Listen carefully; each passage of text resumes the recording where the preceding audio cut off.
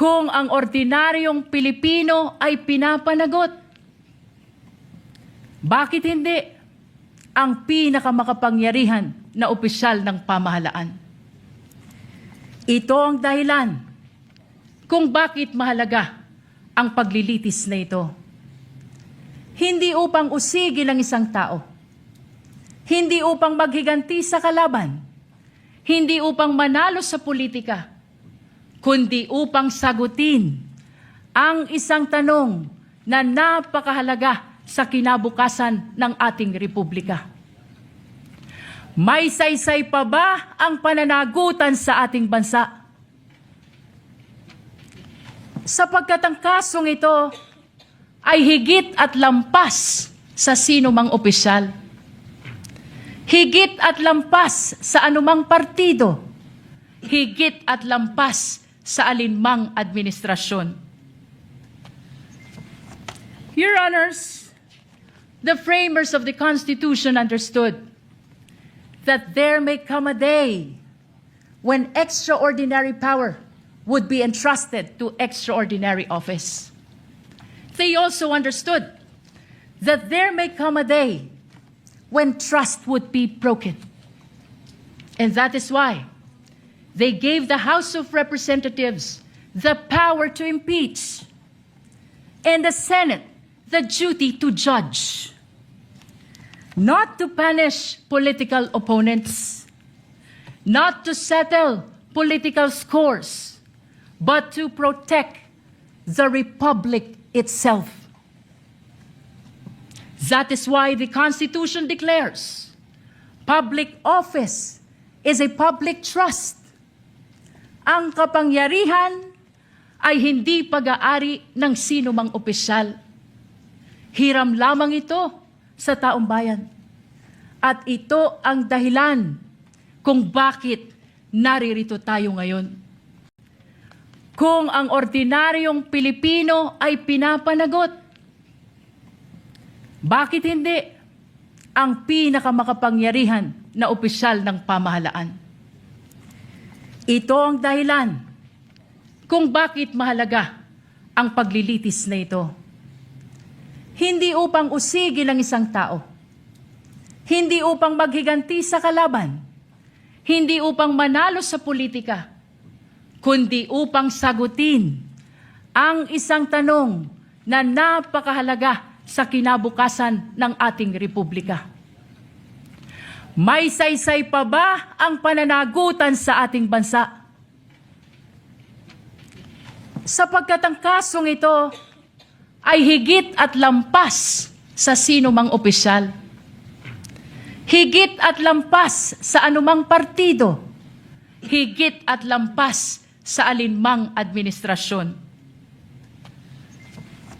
Your Honors, the framers of the Constitution understood that there may come a day when extraordinary power would be entrusted to extraordinary office. They also understood that there may come a day when trust would be broken. And that is why they gave the House of Representatives the power to impeach and the Senate the duty to judge, not to punish political opponents, not to settle political scores, but to protect the republic itself. That is why the Constitution declares public office is a public trust. Ang kapangyarihan ay hindi pag-aari ng sino mang opisyal. Hiram lamang ito sa taong bayan. At ito ang dahilan kung bakit naririto tayo ngayon. Kung ang ordinaryong Pilipino ay pinapanagot, bakit hindi ang pinakamakapangyarihan na opisyal ng pamahalaan? Ito ang dahilan kung bakit mahalaga ang paglilitis na ito. Hindi upang usigin ang isang tao, hindi upang maghiganti sa kalaban, hindi upang manalo sa politika, kundi upang sagutin ang isang tanong na napakahalaga sa kinabukasan ng ating republika. May saysay pa ba ang pananagutan sa ating bansa? Sapagkat ang kasong ito ay higit at lampas sa sino mang opisyal. Higit at lampas sa anumang partido. Higit at lampas sa alinmang administrasyon. Your Honors, the framers of the Constitution understood that there may come a day when extraordinary power would be entrusted to extraordinary office. They also understood that there may come a day when trust would be broken. And that is why they gave the House of Representatives the power to impeach and the Senate the duty to judge, not to punish political opponents, not to settle political scores, but to protect the republic itself. That is why the Constitution declares public office is a public trust. Ang kapangyarihan ay hindi pag-aari ng sino mang opisyal. Hiram lamang ito sa taong bayan. At ito ang dahilan kung bakit naririto tayo ngayon. Kung ang ordinaryong Pilipino ay pinapanagot, bakit hindi ang pinakamakapangyarihan na opisyal ng pamahalaan? Ito ang dahilan kung bakit mahalaga ang paglilitis na ito.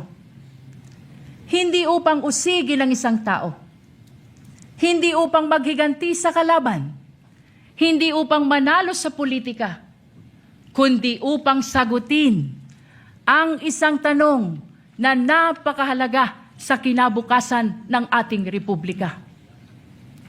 May saysay pa ba ang pananagutan sa ating bansa? Sapagkat ang kasong ito ay higit at lampas sa sino mang opisyal. Higit at lampas sa anumang partido. Higit at lampas sa alinmang administrasyon. Your Honors, the framers of the Constitution understood that there may come a day when extraordinary power would be entrusted to extraordinary office. They also understood that there may come a day when trust would be broken.